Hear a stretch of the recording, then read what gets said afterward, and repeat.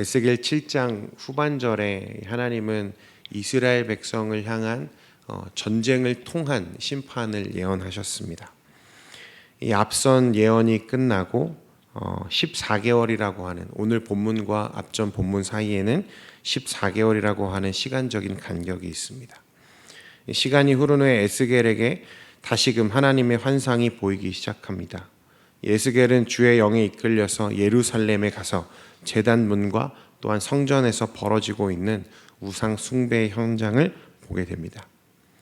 1절 말씀에 보니까 여섯째 해 여섯째 달 초닷새에 나는 집에 앉았고 유다의 장로들은 내 앞에 앉아 있는데 주 여호와의 권능이 거기서 내게 내리기로. 또 3절에 보니까 그가 손 같은 것을 펴서 내 머리털 한 모숨을 잡으며 주의 영이 나를 들어 천지 사이로 올리시고 하나님의 환상 가운데에 나를 이끌어 예루살렘으로 가서 안뜰로 들어가는 북향한 문에 이르시니 거기에는 질투의 우상 곧 질투를 일어나게 하는 우상의 자리가 있는 곳이라. 하나님이 에스겔에게 가장 먼저 보여주신 환상은 북문에서 자행되던 우상 숭배의 현장입니다. 이후로 이제 세 군데를 더 살펴봐야 하는데요. 특징이 있다면 점차 그 단계가 높아지며 그들의 우상 숭배의 형태가 점점 더 심각해져 간다는 것입니다. 에스겔은 여호와의 영에 이끌려 성전 밖에서 성전 안쪽으로 점점 들어가면서 곧 거룩함의 정도가 낮은 곳에서 점차 높은 곳으로 이동하면서 그와는 반대로 예루살렘이 또 이스라엘이 종교적으로 얼마나 심각하게 부패하고 처절하게 우상 숭배로 썩어져 있는지를 목격하게 됩니다. 처음에는 북문입니다. 북문. 그는 북문 입구 제단 옆에서 행해지던 우상 숭배의 장면을 목격합니다. 문에 우상을 세운다. 사람들의 출입이 가장 많고 사람들의 눈에 가장 잘 띄는 곳에도 우상이 세워져 있다는 거죠. 당시 이스라엘 사회가 또 그 민족이 얼마나 우상 숭배로 가득 차 있었는지를 보여주는 좋은 예입니다. 우상이 생활화되어 있었다는 거예요. 삶의 가장 깊숙한 곳까지 우상이 침투해 있었다는 것입니다. 노골적이고 역겨운 행위였습니다. 우리가 태국이나 이런 이제 동남아 지역의 불교 문화권에 가보면 여러분들 어떻습니까? 그들은 각 집마다 뭐가 있죠? 산당이 있습니다. 그 안에다가 우상들을 모셔놓고 아침에 일어나면 절하고 또 잠자기 전에도 절하고 계속해서 삶에서 완전히 밀접하게 우상 숭배와 연결되어 있는 것들을 보게 되죠. 당시 이스라엘 백성들도 그와 비슷했다는 것입니다. 계속되는 말씀 보니까 5절 6절 말씀에 우리 같이 한번 읽어보겠습니다. 시작. 그가 내게 이르시되 인자야 이제 너는 눈을 들어 북쪽을 바라보라 하시기로 내가 눈을 들어 북쪽을 바라보니 제단문 어귀 북쪽에 그 질투의 우상이 있더라. 그 6절입니다. 그가 또 내게 이르시되 인자야 이스라엘 족속이 행하는 일을 보느냐 그들이 여기에서 크게 가증한 일을 행하여 나로 내 성소를 멀리 떠나게 하느니라. 너는 다시 다른 큰 가증한 일을 보리라 하시더라. 하나님은 에스겔에게 그들의 노골적이고 역겨운 우상 숭배의 행위로 말미암아 하나님이 그 처소이신 성소를 멀리 떠나시겠다 이렇게 말씀합니다. 이 우상 숭배로 가득 차 있는 이 성전에 더 이상 내가 머물 수가 없다는 거예요. 하나님이 이스라엘을 떠나시겠다는 말씀입니다. 가장 거룩한 곳 하나님의 성전이 이미 우상으로 가득 찬 지 오래되었습니다. 여러분, 하나님이 그 하나님으로서의 영광을 받지 못하시고 주의 말씀이 살아서 역사하지 않는다면 때로는 가장 경건해야 하는 종교적인 그 현장이 가장 세속적이고 탐욕적인 곳으로 전락하기도 한다는 것을 우리가 기억해야 됩니다. 교회 역사가 그것을 계속해서 보여주지 않습니까? 중세 카톨릭이 그러했고 사실 작금의 한국 교회가 어떤 비난을 받고 있습니까? 야, 교회 가보니까 별로 다르지 않더라. 야, 교회 다니는 사람도 다 똑같아. 야, 세상보다 더한 것 같아. 사랑하는 성도 여러분, 오늘날 우리 안에 또 교회 안에 혹시 우리도 모르게 깊숙이 침투해 있는 우상이 없는지 잘 살펴보시기 바랍니다. 가장 경건해야 하는 성도의 삶에, 가장 경건해야 되는 성도의 가정에 혹시 하나님보다 더 높아져 있는 것들이 있지는 않은지 우리가 오늘 말씀을 통해서 돌아봐야 하겠습니다. 이제 첫 번째 장면이었던 이 공개적인 장소, 이 북문에서 행해지던 우상 숭배가 지나가고 두 번째 장면으로 이제 말씀이 이제 넘어가는데요. 두 번째 장면은 정치적이고 사회의 지도자들에 의한 은밀한 우상 숭배를 폭로하고 있습니다. 왕궁 뜰로 들어가는 입구로 옮겨진 에스겔은 담의 구멍을 통해서 안을 들여다보는데요. 들여다보니까 무엇이 있냐면 그 안에 은밀하게 행해지던 이 우상 숭배의 현장을 목격하는 것입니다. 10절, 11절인데요. 같이 한번 보겠습니다. 시작. 내가 들어가 보니 각양 곤충과 가증한 짐승과 이스라엘 족속의 모든 우상을 그 사방 벽에 그렸고 이스라엘 족속의 장로 중 70명이 그 앞에 섰으며 사반의 아들 야하사냐도 그 가운데에 섰고 각기 손에 향로를 들었는데 향연이 구름같이. 에스겔이 보니 사방의 곤충과 가증한 짐승들, 하나님이 부정하다 명하신 그 짐승들을 사방 벽에 그려놓고 이스라엘 족속의 장로 중 70명이 그 앞에서 가증한 행위들을 하고 있더라는 것입니다. 더 경악스러운 것은 무엇이냐면 12절에 보니까 그들은 자신이 행하는 우상 숭배의 원인을 누구에게 돌리고 있습니까? 하나님께로 돌리고 있어요. 무슨 말입니까? 하나님이 이스라엘 백성을 더 이상 돌보지 않으시기 때문에, 하나님이 이스라엘 백성을 버리셨기 때문에 자신들이 이처럼 우상을 숭배하고 있다는 거예요. 자신들의 행위를 정당화하려는 거죠. 하나님이 그들을 버리셨으니 자신들도 하나님을 버리겠다는 겁니다. 그들은 하나님을 어떻게 생각하는 겁니까?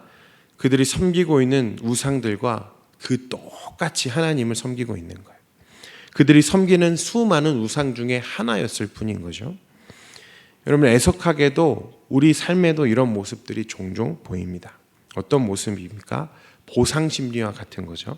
하나님이 나에게 잘 해주시면, 하나님을 잘 섬기겠다는 생각들, 내가 사업이 잘 되면 내가 교회 일을 좀 열심히 해보겠다는 마음들, 하나님이 나에게 복을 주시면 내가 교회를 열심히 섬기겠다는 이 조건적인 신앙들.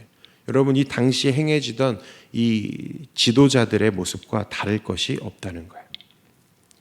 이어지는 말씀들을 보면 이 담무스라는 우상을 숭배하는 여인들에 대한 기록도 나오고요. 또 16절 이후에는 태양을 숭배하는 제사장들의 모습까지 총 4부분에 걸쳐서 이스라엘의 우상 숭배를 하나님이 에스겔에게 목격하게 하십니다. 무슨 말입니까? 하나님은 이스라엘 백성이요, 전반에 걸쳐서 모든 사람들이 각 사회의 계층마다 이 우상이 자리 잡고 있었다는 거예요. 온전한 공동체가 어디에도 남아있지 않은 상태였다는 것을 말씀하십니다. 여러분, 사과가 멍이 들거나 한쪽이 상했으면 도려내고 먹으면 되잖아요. 그런데 이건 도무지 회생이 불가능한, 완전히 썩어버린 상태라는 것을 하나님이 우리에게 보여주시는 겁니다. 정치, 종교, 지도자로 시작해서 여인들에 이르기까지 예루살렘의 모든 계층이 우상 숭배에 빠져 있었습니다. 지도자들은 은밀하게 우상을 숭배하고 여인들은 드러내놓고 바벨론의 신 담무스를 섬겼습니다. 심지어 제사장들은 성전 뜰에서 버젓이 태양신을 숭배했습니다. 일상에서 이교의식을 서슴지 않고 행하는 모습에서 그들이 얼마나 하나님을 업신여기고 있는지를 보게 됩니다. 우상을 섬기는 일로도 진노를 사기에 충분한데 또 어떻습니까? 그들의 땅은 폭력으로 채워졌습니다. 종교적인 간음과 여러분, 사회적인 불의는 동전의 양면과 같습니다. 하나님을 안중에 두지 않기 때문에 그들은 그들의 소견에 오른 대로 행하기 시작합니다. 세상과 똑같아지는 거죠. 이런 행위를 하고도 하나님의 심판을 부당하다 말할 수는 없을 것입니다. 하나님이 에스겔에게 오늘 이것을 보여주시는 이유가 바로 이것입니다. 내가 왜 이스라엘을 심판해야 하는지, 내가 어째서 그 하나님의 진노를 이스라엘 백성에게 쏟아내시기로 작정하셨는지, 그 정당성에 대해서 이야기하시는 거죠. 오늘 이 말씀을 우리 삶에 좀 적용하면요, 여러분, 오늘날에도 우리의 모습 가운데 이스라엘 백성이 하나님께 진노를 쌓으며 보여주었던 대부분의 모습들이 우리의 모습들과 또 이 사회의 모습을 반영하고 있다는 생각이 듭니다. 우리 삶에 밀접하게 또 은밀하게 하나님보다 더 높여진 것들이 이 삶에 가득해지고, 또 우리가 세상과 전혀 구별되지 않는 삶으로 살아갈 때에 사실은 어쩌면 이스라엘 백성들과 똑같은 우리의 연약한 모습들이 우리 삶에 남아있지 않은가, 그런 생각이 듭니다. 또한 사회는 어떻습니까? 점점 더 하나님과 멀어져 가고 폭력과 또 폭행이 그 가운데 계속해서 심화되어져 가고 정말 하나님의 뜻과는 상관없는 이 사회의 모습으로 계속해서 흘러가는 것 같아 보입니다. 성도 여러분, 그렇기 때문에 우리가 기도해야 합니다. 하나님, 우리 삶의 이 은밀한 곳에서 행해지는 하나님보다 높여진 무엇이라도 하나님 무너지게 인도하여 주옵소서. 그리고 이 사회가 정말 하나님의 말씀에 바로 설 수 있도록 교회와 우리 성도들을 주님 사용하여 주시옵소서. 각계각층에 흩어져 있는 우리 성도들이 그리스도의 소금이요 빛으로의 역할들을 감당하고 하나님의 말씀대로 살아갈 때에 하나님이 우리를 사용하실 줄 믿습니다. 오늘 이 새벽에 조금 무거운 주제이긴 하지만 우리가 함께 우리의 삶의 이 우상 숭배를 제하고 또 이 사회의 역할들을 위해서 함께 협력하며 기도하는 우리가 되기를 소원합니다. 기도하겠습니다. 거룩하신 하나님 아버지, 오늘 하나님의 이 참담한 심정 가운데 에스겔에게 보여주신 이 환상들을 우리가 봅니다. 사회 각층에 하나님 어느 곳 하나 온전한 공동체가 없고 도리어 가장 거룩해야 하는 주의 처소가 우상으로 가득 차 있는 것들을 봅니다.